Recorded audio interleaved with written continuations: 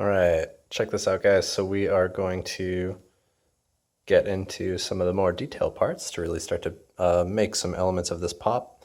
I've got some different new planes and slopes that I want to make stand out, and we're going to get the eyes chased in. And the pitch is warm enough to do these, and I hope to get both eyes done tonight, so let's do it.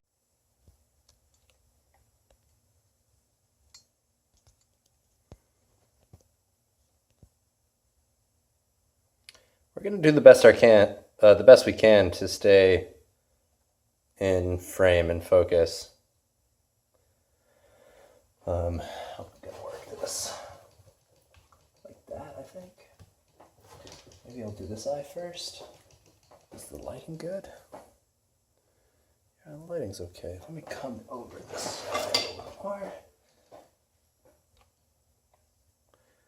Yeah, let's start there. Okay, so working the eyes like this it's nice and warm. It's not cold at all. Working with the eyes like this always make me a little nervous, but we get to make some pretty critical choices now. So just using a straight liner, a pretty modest size and scale, we're just going to put a nice crisp hard line in now for the upper lid first. So all this prep we've done in advance, that was just kind of the eyebrow, but the actual lid for the eye now is going to be a little further down. So I've got a slightly heavier hammer to help me manage the steel. I'm just going to start in the peripheral.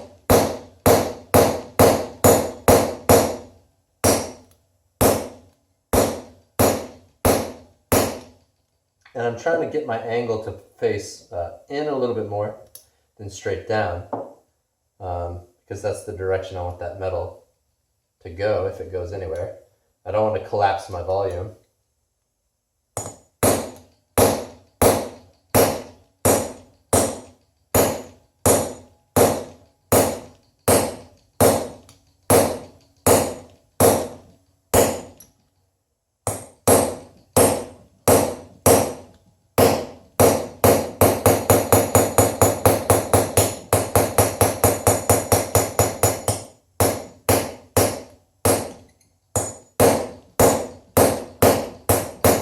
I might go further down. We're going to start with this.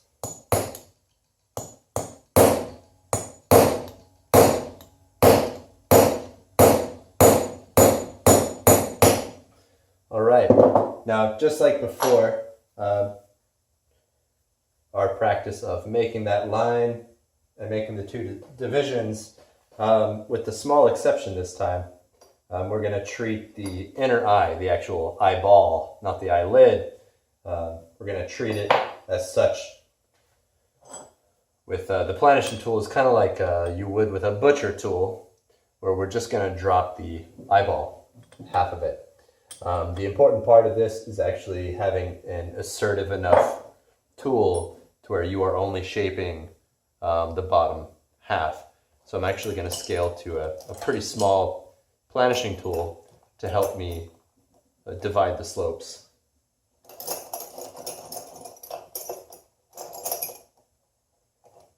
I just have to find it.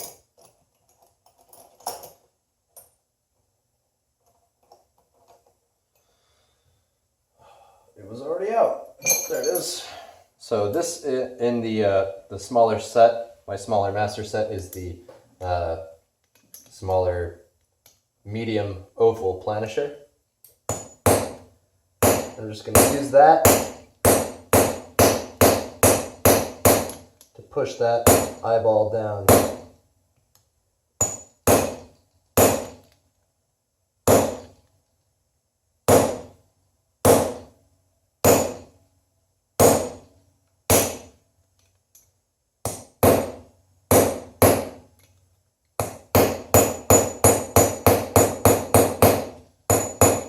If you're too assertive, you develop a corner. the eyeball side. So what I've done is kind of moved toward that gradually, overlapping the tooling marks. I flipped it on the more narrow side to get myself through that curve a little easier.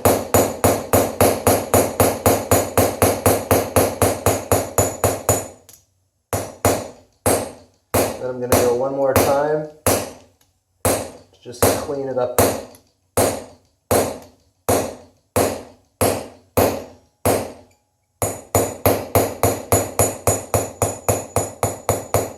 Okay. I'm going to switch to a much larger footprint, same tool.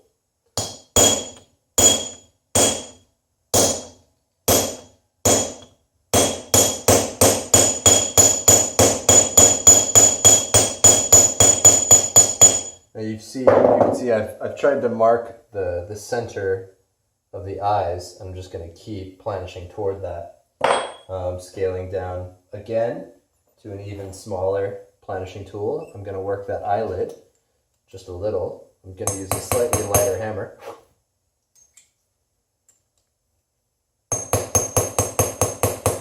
going to run it across the edge.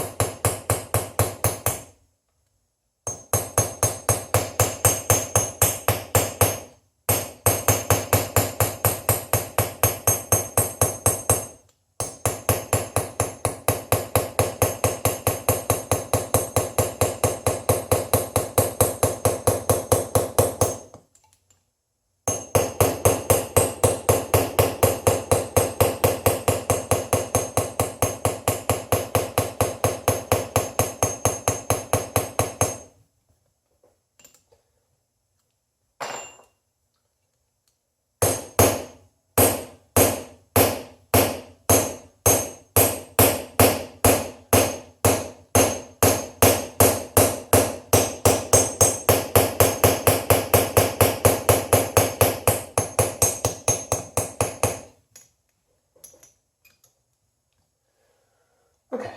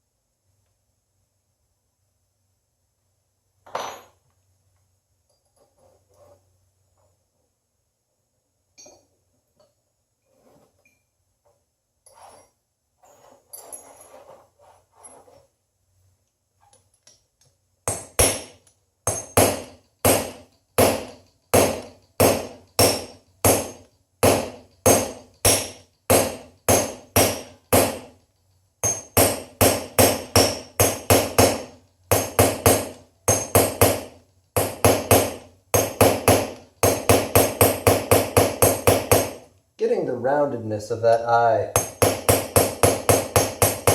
started is really important. Okay. Lower lid, just like we did the top one. So I'm going to start on the side. Now we dropped this layer all together. So now wherever the lower lid goes, it's always going to be underneath, which helps a lot for this illusion to come off correctly.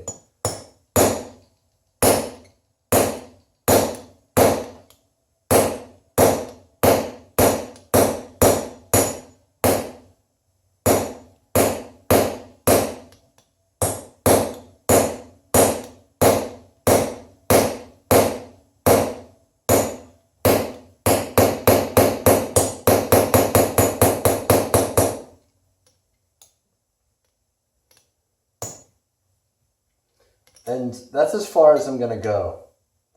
If I bridge the gap now, The tear duct might be a little weird. If I try and shape the tear duct in now, when I planish down the inside part of the eyeball, it's going to pull on the thinner part, and it might, it can really weaken it. So I'm just going to avoid it by not shaping it yet.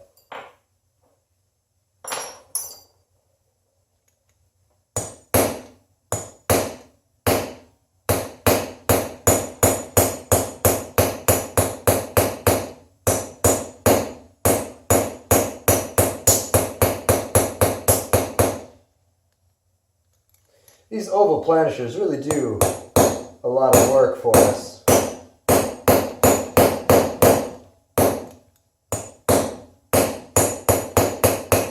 just going to make sure it's rounded on that lower lid half. Because by pushing on both sides of this line, the eyeball and the eyelid itself, I'm actually pushing the whole peripheral down just a little more, which allows me to then walk up the eyeball toward the center line to make it way more spherical, a little bit more lifelike with our planishing.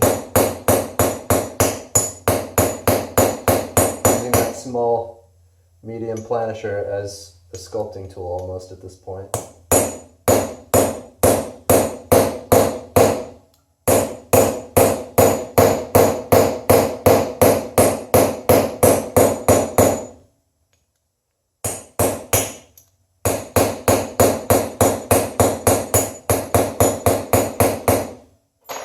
Alright, I'm going to kick into just a big planishing tool and give this some authoritative shaping. I'm just going to curl right through that shape there.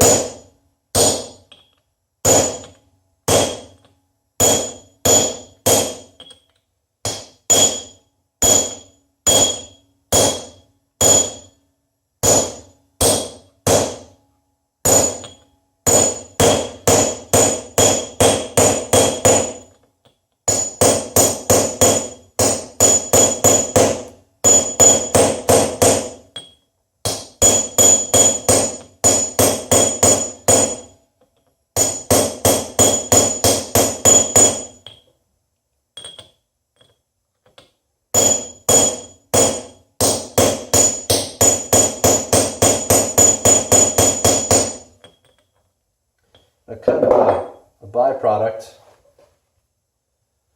of having to push that area down is it's kind of changed where the center of the eye is. I'm okay with the eyes looking a little smaller and a little bit more like fierce-like. It does mean I need to go back though. This is just a larger embossing tool for me to smooth that line out. Open the eye out a little.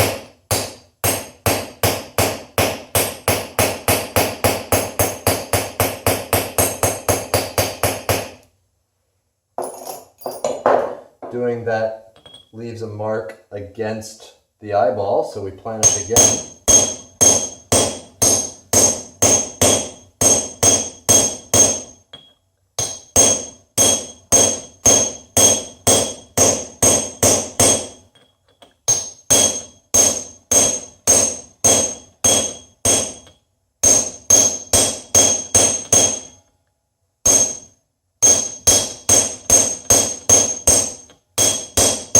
Even if the eye is not perfectly symmetrical, if it isn't perfectly round, no matter what it looks like, I'm always going to try and planish toward where I said the focal point is.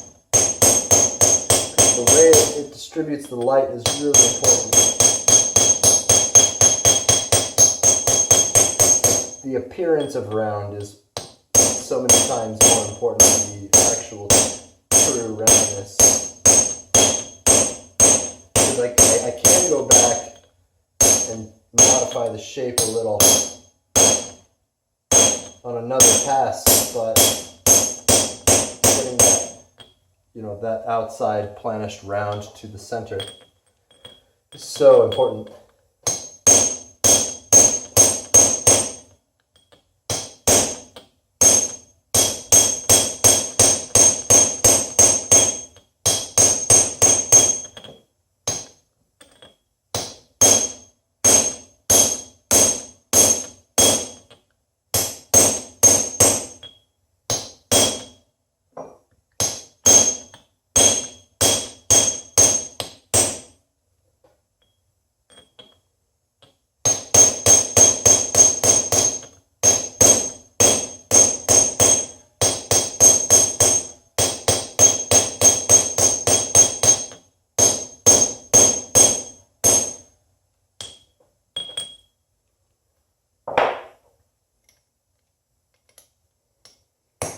And just to finish it off with one more tracing.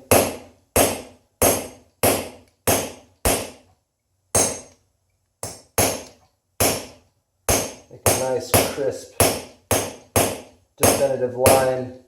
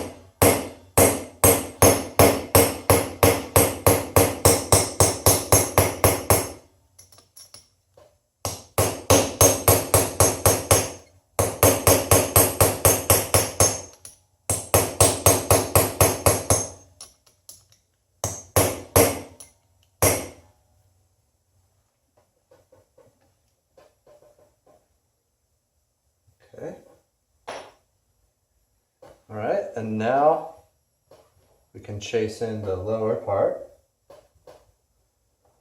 the lower eyelid. I'm going to scale to a slightly different tool.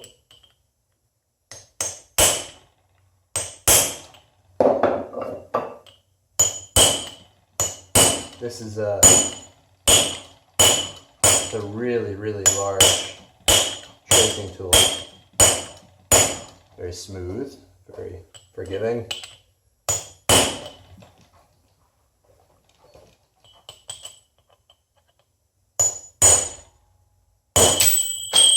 You know, it might be easier just to be where we were before. Whoop, sorry about that. Yeah, a little more visible.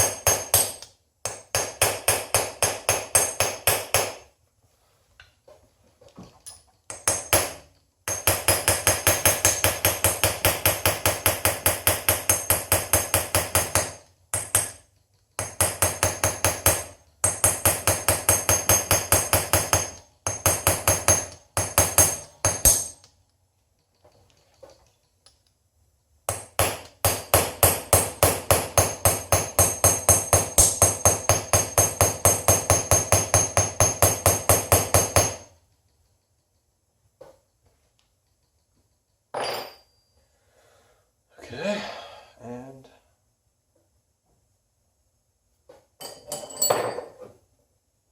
I'd like a little bit more line weight on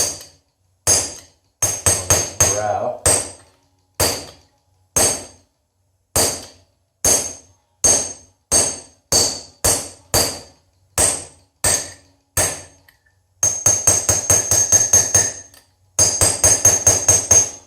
Okay, and I definitely want some more line weight framing the outer edge of the actual eyebrow of the animal instead of just the fur standing out.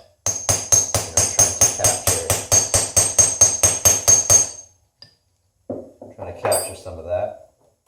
Let me just touch this up real quick.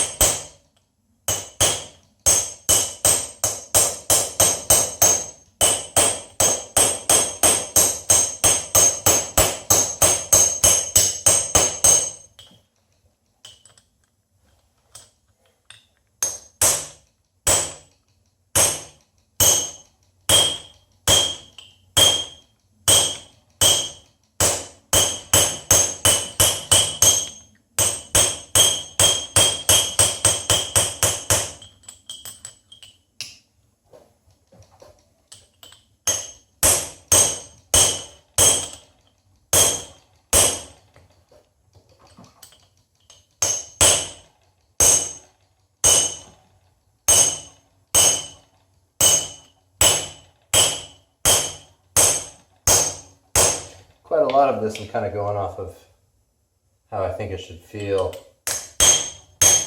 instead of like this strict portrait of the animal.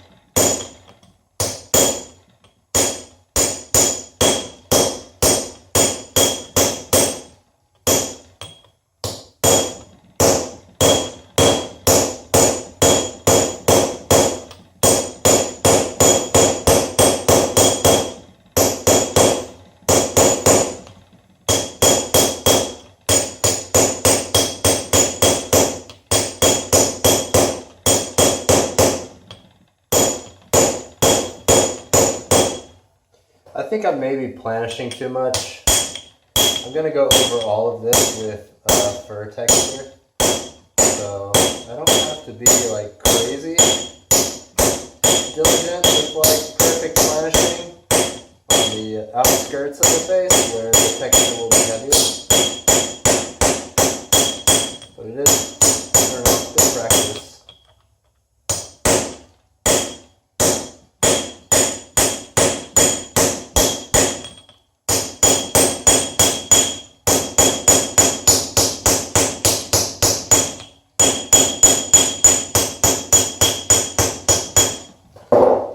Okay, so that's kind of what we're looking at, I think. I'm pretty happy with that. I'm gonna still get some more elements in here for a little undercut. This is just a slightly flatter, round embossing tool. I'm just flowing with this and some spots where I want there to be shadow or highlight. So I can push that background down so that I have access to this wall.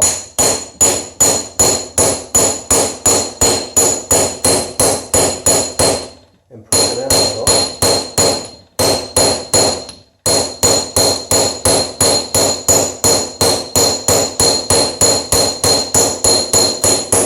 And then I feel like that allows me to blend like the shape quite a lot more. So I'll be doing that in some of the different areas, but there it is, guys. That's the eye in a nutshell. Let's zoom out and see what we think.